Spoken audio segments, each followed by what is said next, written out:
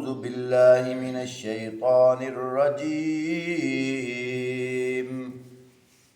بسم الله الرحمن الرحيم وإذ أخذ ربك من بني آدم من ظهورهم ذريتهم وأشهدهم على أنفسهم ألست بربكم قالوا بلى شهدنا أن تقولوا يوم القيامة إنا كنا عن هذا غافلين۔ اے محمد صلی اللہ علیہ وسلم، آپ لوگوں کو یاد دلاؤ وہ وقت جب کہ تمہارے رب نے بنی آدم کی پشتوں سے ان کی نسل کو نکالا تھا اور انہیں خود ان کے اوپر گواہ بناتے ہوئے پوچھا تھا، کیا میں تمہارا رب نہیں ہوں؟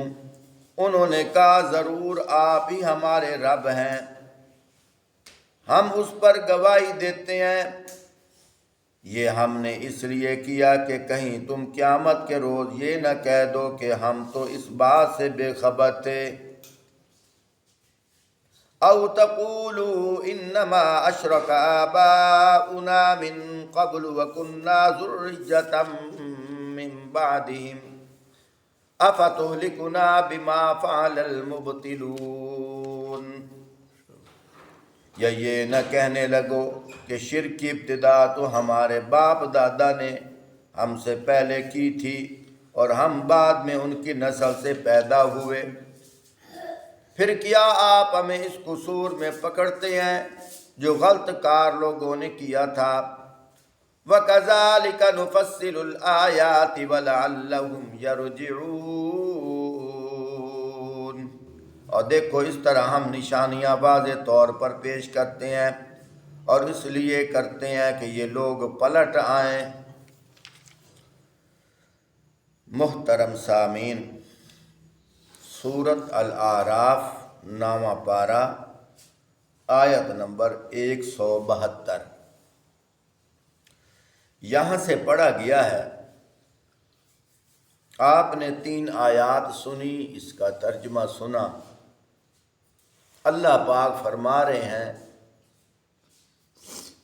آپ صلی اللہ علیہ وآلہ وسلم کی طرف وحی بھیج کر فرمایا، میرے محبوب ان لوگوں کو یاد دلاؤ، عالم ارواح میں تم نے اپنے اللہ سے وعدہ کیا تھا۔ جب اللہ پاک نے پوچھا تھا کیا میں تمہارا رب ہوں، اس وقت ساری روحیں جمع ہو کر ایک ہی زبان سے جواب دیا۔ 2-3 باتیں قابل غور ہیں، کچھ اشکالات بھی ہیں، انشاءاللہ وہ بھی دور کروں گا۔ پہلی بات تو یہ ہے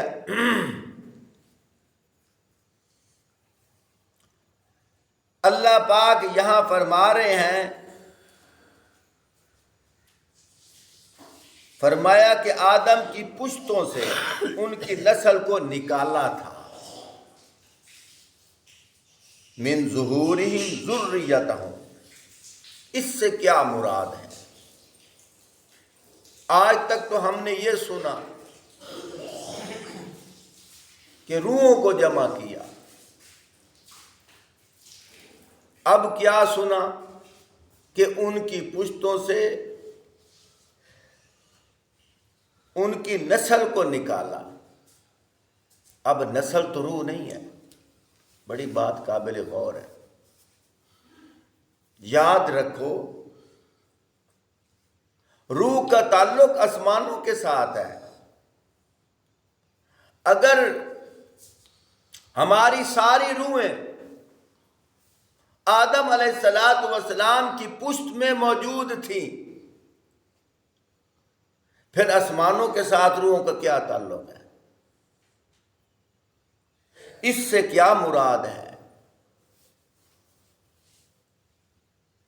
آدم علیہ السلام کے جسم اقدس کے اندر پوری انسانیت کے جسم کے ذرات جو موجود تھے جو بعد میں صلب کی شکل میں منتقل ہوتے گئے، اللہ پاک نے ان کو اکٹھا کیا۔ دل کرتا ہے میں گہرائیوں میں جاؤں، اگر دیکھا جائے دیکھنے میں انسان ایک ہے لیکن ہم دو ہیں۔ اب میں کوشش کر رہا ہوں، اگر آپ کی توجہ ہوئی تو گہرائیوں میں جاؤں گا۔ ہم دو ہیں، کیسے؟ غالباً حضرت اسرائیل علیہ السلام نے زمین پہ آ کے پر مارا، ایک طوفان برپا ہوا، مٹی ساری منجمد ہوئی، اللہ کے ہاں پیش کی، اللہ پاک نے اپنی رحمت کا پانی برسایا، چیکنی مٹی بن گئی، ایک ڈھانچہ تیار ہوا جس کو حضرت آدم علیہ السلام کا پتلا کہا جاتا ہے۔ پھر اس سے آدم علیہ السلام کا پتلا اللہ پاک نے خلقتہ بیدیہ، اپنے ہاتھوں سے دست قدرت سے بنایا، کما یلیق بشانی، جس طرح اللہ کی اپنی شان ہے۔ پھر روح پھونکی۔ توجہ کیجیے، میں نے پہلے کیا کہا؟ پہلے پتلا بنایا، پھر کہا روح پھونکی۔ اس کا مطلب ہے کہ اس ڈھانچے میں پہلے روح نہیں تھی۔ اب زمین کے جس جس حصے سے جو ذرات اڑے ہیں سارے منجمد ہو کے آدم علیہ السلام کا جو پتلا بنا، اللہ یہاں فرما رہے ہیں کہ میں نے ترجمے کے لحاظ سے بات کر رہا ہوں، سمجھانے کے لحاظ سے، تمہارے ذرات کو وہاں اکٹھا کیا۔ اب بنیاد کو دیکھو، پر مارا، ایک طوفان برپا ہوا، ذرات اڑے، ایک منجمد ایک جگہ جمع ہو گئے، ہم سب نسل آدم ہیں۔ جہاں جہاں سے وہ ذرات اڑے تھے، جب ہم مریں گے ہمیں وہی دفنایا جائے گا۔ اب سمجھ آئی بات کی؟ بڑے کیا کہتے ہیں؟ پہنچی وہیں پہ خاک جہاں کا خمیر تھا۔ یعنی جب فرشتے نے پر مارا، جہاں ہماری قبر بنی گئی، وہیں سے ہمارا خمیر آیا تھا۔ اور اس کا تعلق بھی قرآن کے اندر ہے۔ ہم جب مردہ دفنانے لگتے ہیں، آیت کے 3 حصے پڑھتے ہیں۔ اللہ پاک فرماتے ہیں، 16واں پارہ ہے سورۃ طٰہٰ، منہا خلقناکم وفیہا نعیدکم ومنہا نخرجکم تارۃ اخری۔ 3 بک بھر کے ہم مٹی کے قبر پہ ڈالتے ہیں کہ نہیں ڈالتے؟ ایک بک بھر کے جب ڈالتے ہیں تو ہم پڑھتے ہیں منہا خلقناکم۔ دیکھنے میں تو دعا ہے، حقیقت میں یہ قرآن ہے، اللہ کا کلام ہے۔ اللہ فرما رہے ہیں، معنی سنو، ایک بک بھر کے جب پھینکا، منہا خلقناکم، اے مردہ، اے انسان، تو جس جسم کے ساتھ اس قبر میں آیا ہے، منہا خلقناکم، ہم نے اپنی قدرت سے اسی سے تجھے تخلیق کیا تھا۔ دوسرا بک، وفیہا نعیدکم، ہم تجھے اسی میں لوٹا رہے ہیں۔ تیسرا بک، وَمِنْهَا نُخْرِجُكُمْ تَارَةً أُخْرَىٰ، قیامت کے دن ہم تجھے یہیں سے پھر نکالیں گے۔ یہیں سے بنایا۔ جب حضرت اسرائیل کو بھیجا، انہوں نے پر مارا تو یہیں سے ذرات اڑے، تو ذرات اڑ کر اکٹھے ہو کر کیا بنا؟ حضرت آدم علیہ السلام کا پتلا بنا۔ سمجھ آ گئی؟ اب معلوم یہ ہوا ہمارے جسم کے ذرات کہاں تھے؟ حضرت آدم علیہ السلام کے جسم میں۔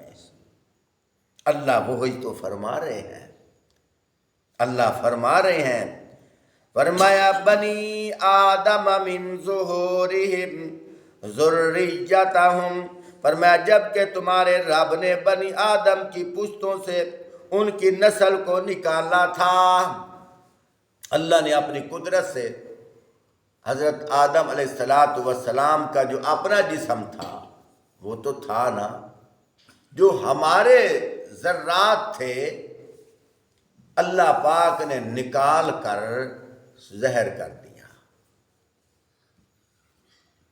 اللہ پاک نے ہمارے جسموں سے بھی پوچھا۔ ایک جگہ کیا ہے؟ اللہ پاک نے ہماری روحوں سے پوچھا۔ امیر صاحب سمجھ آ رہی ہے بات؟ اللہ پاک نے ہماری روحوں سے پوچھا۔ یہاں کیا ذکر ہے؟ اللہ پاک نے ہمارے جسموں سے بھی پوچھا۔ یہاں ایک اور نکتے کی بات کرتا ہوں۔ ایک موقع پہ آپ صلی اللہ علیہ وآلہ وسلم حضرت ابو بکر صدیق رضی اللہ تعالیٰ عنہ کو فرما رہے ہیں، ابو بکر کیا تجھے وہ وقت یاد ہے؟ ابو بکر صدیق رضی اللہ تعالیٰ عنہ عرض کرنے لگے، یا رسول اللہ صلی اللہ علیہ وسلم ہاں مجھے وہ وقت یاد ہے۔ محفل برخاست ہو گئی۔ حضرت فاروق اعظم رضی اللہ تعالیٰ عنہ ابو بکر صدیق رضی اللہ تعالیٰ عنہ سے پوچھتے ہیں، ابو بکر ایک بات تو بتا، میں بھی تو ہر وقت آپ کے ساتھ رہتا ہوں، یہ کون سی راز کی بات ہے جس کا مجھے پتہ نہیں ہے؟ حضرت ابو بکر صدیق رضی اللہ تعالیٰ عنہ نے فرمایا، اے عمر یہ اس دنیا کے راز کی بات نہیں، عالم ارواح کے راز کی بات ہے۔ اے ابو بکر وہ کیسے؟ فرمایا جس وقت اللہ پاک نے فرمایا تھا نا الست بربکم، کیا میں تمہارا رب ہوں؟ تو ہم نے کہا تھا قالوا بلا وربنا، کیوں نہیں آپ ہمارے رب ہیں؟ فرمایا ساری روحیں خاموش تھی۔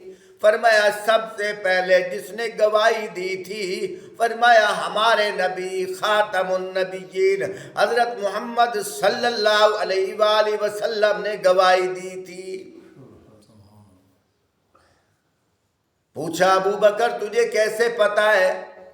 کہنے لگے جس وقت آپ صلی اللہ علیہ وآلہ وسلم کے روح نے، ان کے جسم کے ذرات نے جب گواہی دی تھی، فرمایا کہ اس وقت میں ان کے ساتھ موجود تھا، میں ان کے ساتھ موجود تھا۔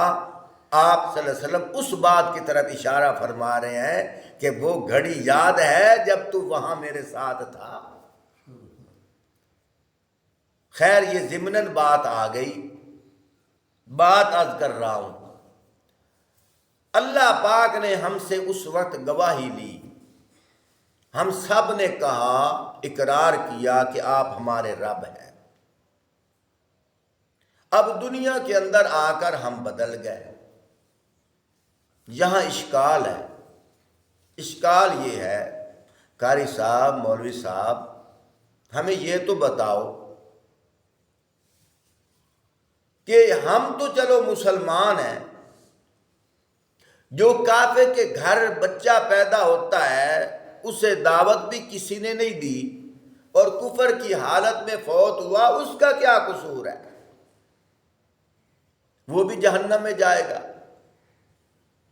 فرمایا ہاں اگر اس نے ساری زندگی گزاری، لڑکپن، بچپن، جوانی، فوت ہو گیا، وہ جہنم میں جائے گا۔ قاری صاحب وہ کیسے جہنم میں جائے گا؟ ہے نا اشکال؟ اب اس کا جواب دے رہا ہوں۔ حدیث پاک کے اندر آتا ہے کل مولود یولد علی فطرت الاسلام، فرمایا جتنے اس دنیا کے اندر پیدا ہوئے ہیں، چاہے کافر کے گھر کوئی پیدا ہوا، چاہے کوئی مسلمان کے گھر پیدا ہوا، بلکہ نبی کے گھر بھی کوئی پیدا ہوا ہے، فرمایا پیدائش کے موقع پر وہ فطرت اسلام پہ پیدا ہوتا ہے۔ بعد میں اس کے والدین چاہے یہودی بنا دیں یا عیسائی بنا دیں، لیکن اندر اندر اللہ پاک اسے بھی شعور دیتے ہیں، اگر اس شعور کو استعمال کرے، فرمایا کفر کے گھرانے کے ہونے کے باوجود پھر بھی وہ اسلام کی تلاش میں رہتا ہے۔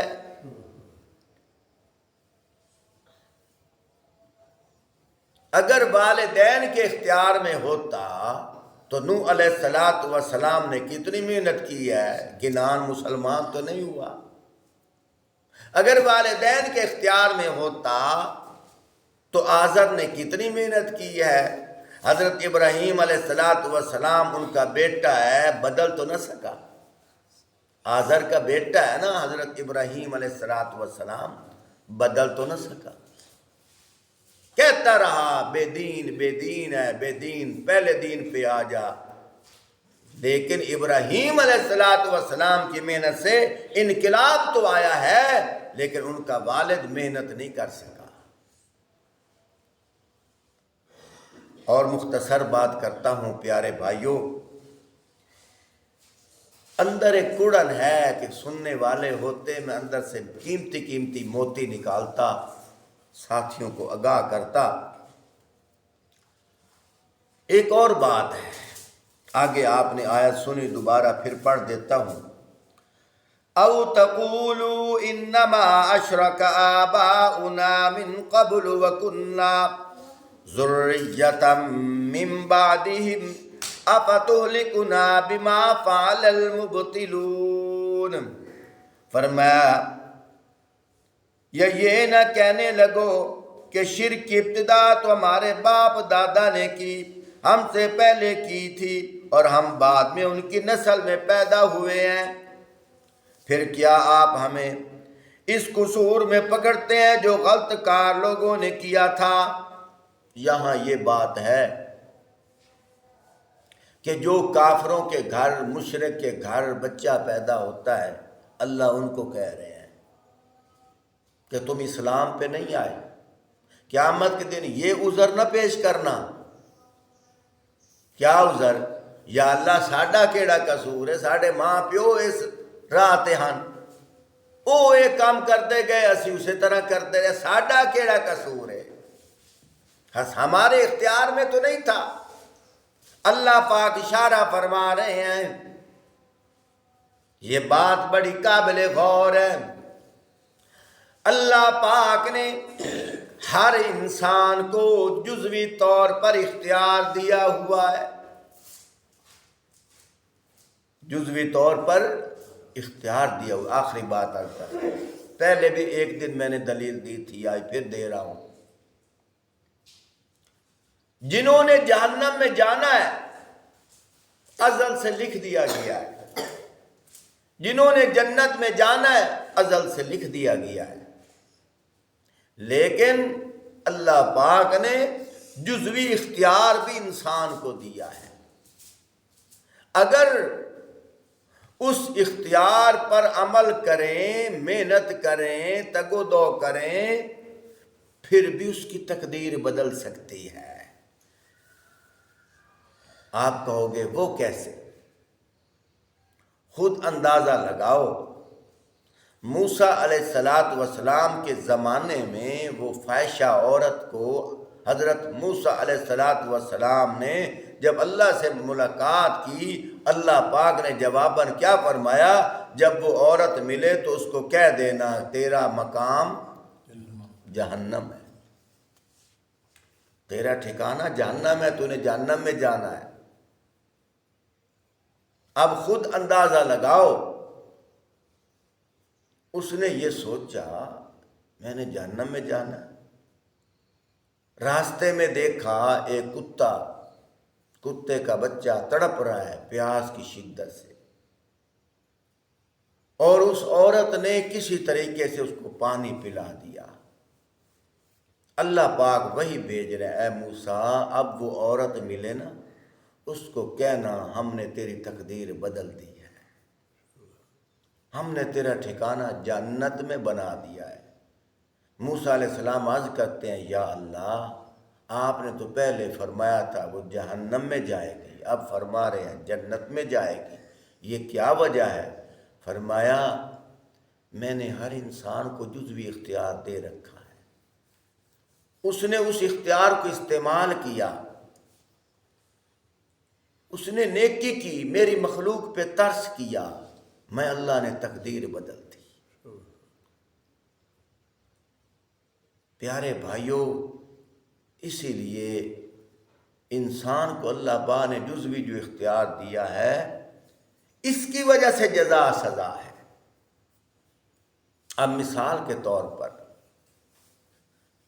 میں مسجد میں آؤں، نماز پڑھانے کے لیے آؤں، اور کوئی آدمی آ کر مجھے باندھ دے، میں نماز نہ پڑھا سکوں، مسجد والے مجھے نہیں کہہ سکتے قاری صاحب ہم نے آپ کو یہاں عجیب رکھا ہے، آپ نماز بھی نہیں پڑھاتے۔ ہر نمازی کہے گا کہ کچھ تو سوچو، خیال کرو، وہ بیچارہ کیسے پڑھاتا، وہ تو بندھا ہوا تھا، اس کو کوئی چھوڑتا تو وہ پڑھاتا۔ تو ہر وہ انتظامیہ مجھے یہ گلہ نہیں دے سکتی۔ اسی طرح جو لوگ جہنم میں جا رہے ہیں، اللہ پاک فرماتے ہیں سب کچھ میرے علم کے اندر ہے اور میرے اختیار میں ہے۔ تو بندہ کہہ سکتا ہے یا اللہ جب تیرے اختیار میں ہے تو تو نے مجھے نیکی کرنے ہی نہیں دی، میں دوزخ میں جا رہا ہوں، میں تو بندھا ہوا تھا اعمال کے لحاظ سے، کیونکہ سارے اعمال تیرے اختیار میں ہیں، میں کیا کر سکتا تھا؟ اس لیے فرمایا گیا کہ اللہ پاک نے جزوی اختیار ہر انسان کو دیا ہے، جس کی وجہ سے انسان اپنی حالت کو بدل سکتا ہے۔ اگر مسجد کی انتظامیہ مجھے کوئی باندھ دے تو مسجد کی انتظامیہ مجھے کہے کہ آپ نماز نہیں پڑھاتے، تو ہر کوئی ان پہ ہنسے گا، کہے گا یار کیسی بات کرتے ہو، ان کو کوئی موقع دیا ہے نماز پڑھانے کا، ان کو تو باندھا گیا ہے۔ تو میرے بھائیوں اگر یہی حالت ہے تو اللہ پاک پر کہنے والا کہہ سکتا ہے یا اللہ میں کیسے نماز پڑھتا، کیسے نیک عمل کرتا، کیسے برائی سے بچتا، میرے تو اختیار میں نہیں تھا۔ میرے بھائیوں اللہ پاک نے جزوی اختیار ہر انسان کو دیا ہوا ہے، اس کی وجہ سے جزا سزا کے طور پر اللہ پکڑیں گے۔ اللہ ہمیں سمجھنے کی توفیق عطا فرمائے۔